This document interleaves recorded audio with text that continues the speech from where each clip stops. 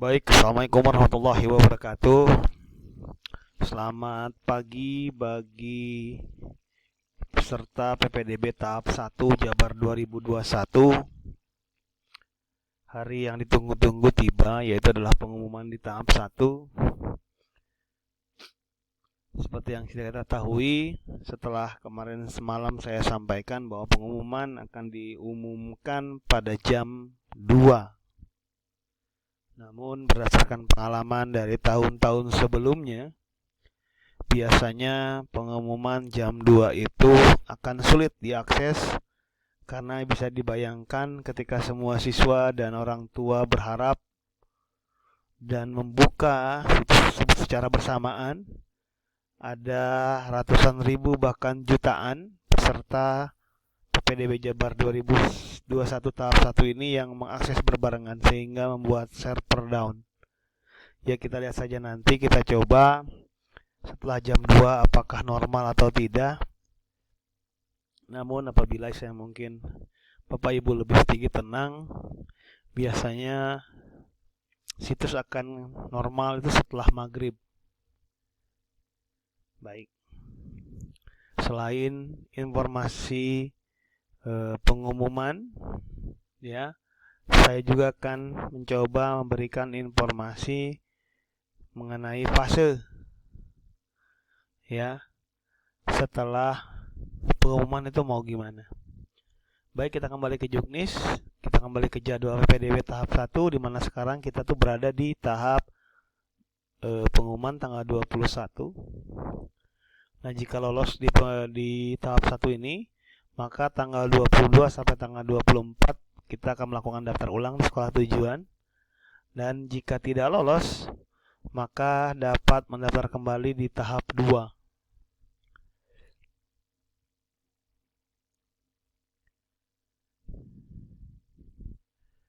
Ya.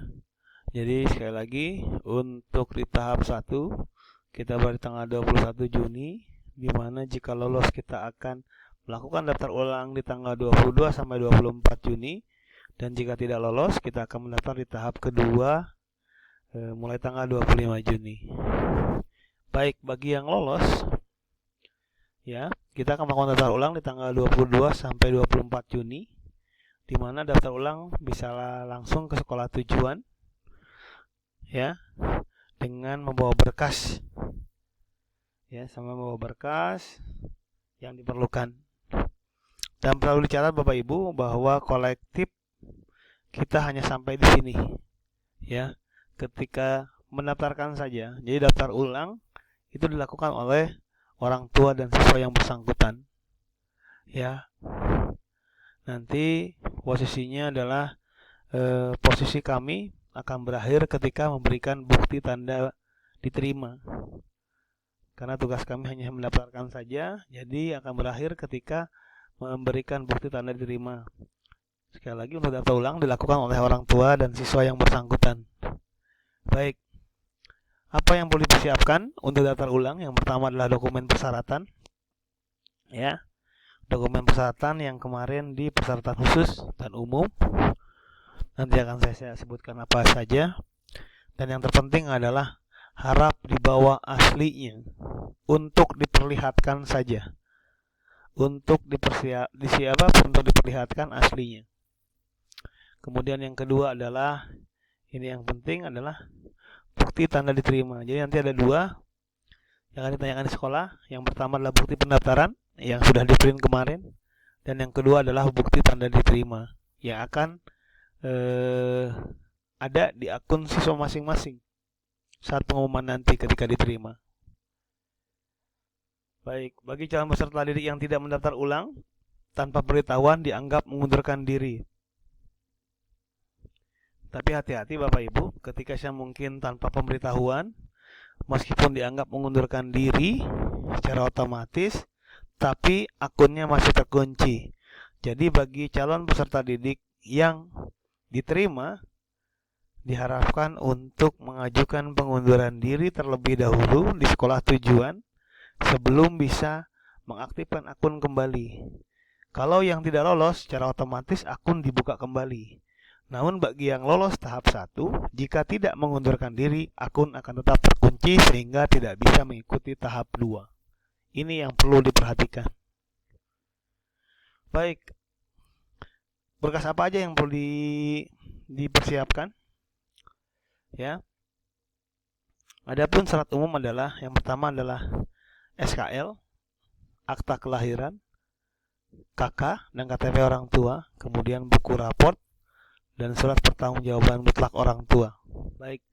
Di sini ada keterangan bahwa semua berkas dilegalisir kecuali kartu keluarga, barcode dan KTP. Di daerah kita sekitar Bekasi Utara, ya, hampir semua sekolah ini yang dilegalisir. Tolong catat baik-baik. Yang pertama adalah SKL, ya, kemudian rapot, dan tolong dipersiapkan kelakuan baik, ya, SKB, di mana yang 3 ini diharapkan sudah bisa mulai untuk legalisir ke sekolah. Untuk akte, kartu keluarga dan KTP, tahun-tahun sebelumnya itu tidak pernah diminta yang legalisir, hanya fotokopi saja, namun aslinya dibawa untuk diperlihatkan.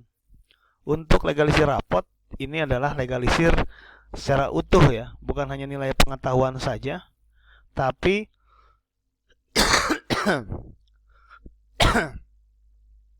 juga adalah dari awal, dari biodata sampai ke semester 6, ya. Nanti pihak TO akan membantu.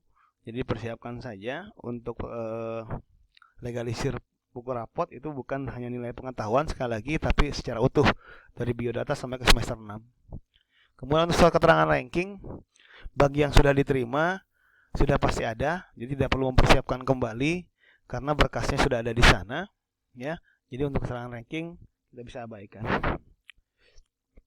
Kemudian untuk catatan khusus, pertama adalah bagi yang jalur perpindahan orang tua, ya, ataupun istilahnya mungkin yang kejuaraan maupun dari KETM, itu harus membawa persyaratannya. Contoh untuk KETM berarti bawa KIS, ya. Kemudian untuk perpindahan orang tua bawa surat mutasian atau surat tugas dari orang tuanya.